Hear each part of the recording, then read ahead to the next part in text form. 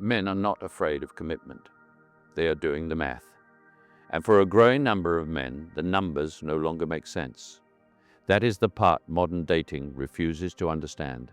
When a man pulls back from dating, people call him bitter.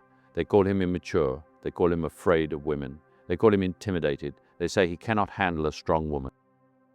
But what if that is not what is happening? What if he is not afraid?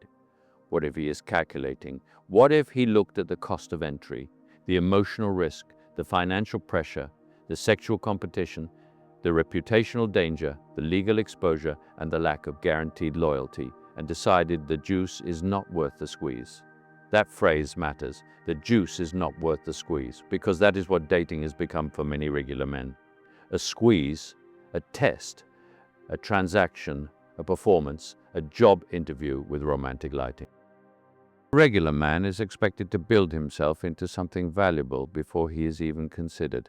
He has to become confident, disciplined, fit, financially stable, emotionally controlled, socially competent, sexually attractive, ambitious, interesting, masculine but not too masculine, available but not desperate, generous but not entitled, vulnerable but not weak, protective but not possessive, a leader but never controlling. And after all of that, he enters a dating market where he is still treated with suspicion, useful enough to pay, dangerous enough to distrust, needed when convenient, suspected by default. That is the modern male dating experience, and men know it. They know when they are being tested. They know when affection is conditional. They know when they are being measured more than loved. They know when the woman across from them is not meeting them with curiosity, but with a checklist of red flags she learned from broken people online. And eventually, a man gets tired, not angry, tired of performing, tired of proving, tired of being told he needs to be better while receiving very little grace for being human, tired of dates that feel like auditions, tired of being expected to fund romance while being told he is not owed anything in return, tired of hearing that men need to step up from people who rarely ask what women need to bring to the table. So he stops chasing, he stops overinvesting, he stops planning expensive dates for strangers, he stops writing paragraphs, he stops trying to convince women of his value, he stops treating access to a woman like it is some sacred prize. And when men do this, society panics, because the entire dating market depends on male pursuit. It depends on men approaching, men paying, men risking rejection, men initiating, men escalating, men absorbing humiliation, men carrying the performance, men competing for access. But what happens when men stop? What happens when the average man says no? No more free attention, no more unpaid emotional labor, no more expensive first dates with women who are still entertaining 5 other men. No more commitment to someone who sees loyalty as optional, but his provision as mandatory.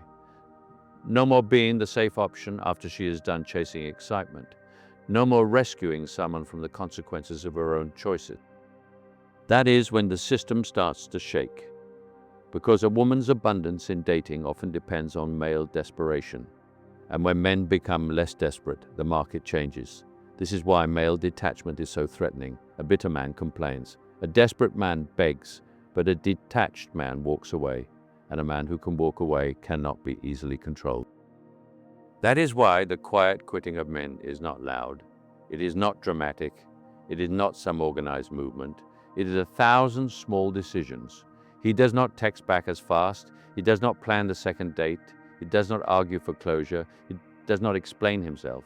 He does not try to prove he is different. He does not accept disrespect just because she is attractive. He does not confuse beauty with value. He does not mistake access for affection. He simply withdraws his investment.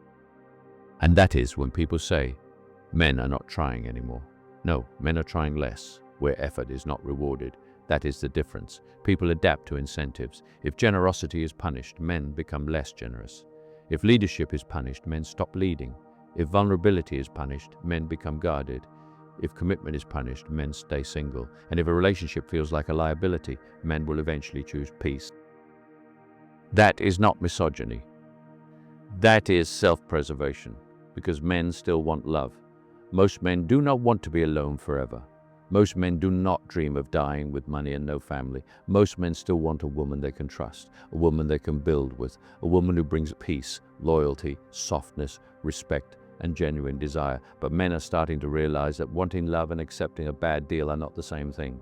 A man can desire connection and still reject exploitation. He can want a wife and still avoid women who are not wife material. He can want intimacy and still refuse to pay premium prices for recycled access. He can want commitment and still recognize when the terms are stacked against him. This is the new male awareness.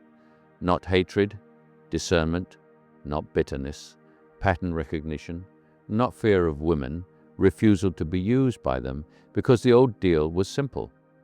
A man provided commitment, protection, labor, sacrifice, and loyalty. In return, he received respect, sexual exclusivity, emotional peace, family, and feminine devotion. But the modern deal often looks different. He still has to provide, he still has to protect, he still has to absorb risk, he still has to be useful. But now he is told not to expect purity, not to expect submission, not to expect gratitude, not to expect loyalty without conditions, not to care about her past, not to question her choices, not to have standards that make her uncomfortable. So men are asking the forbidden question, what am I actually getting in return? And that question changes everything. Because once a man asks that question honestly, he stops being easy to manipulate. He stops overpaying. He stops overcommitting. He stops auditioning for women who have not earned access to him. He stops treating his own loneliness like an emergency. That is why men are quiet quitting dating. Not because they do not care, because they finally started caring about themselves. And once a man values his peace more than female approval, the entire game loses power over him.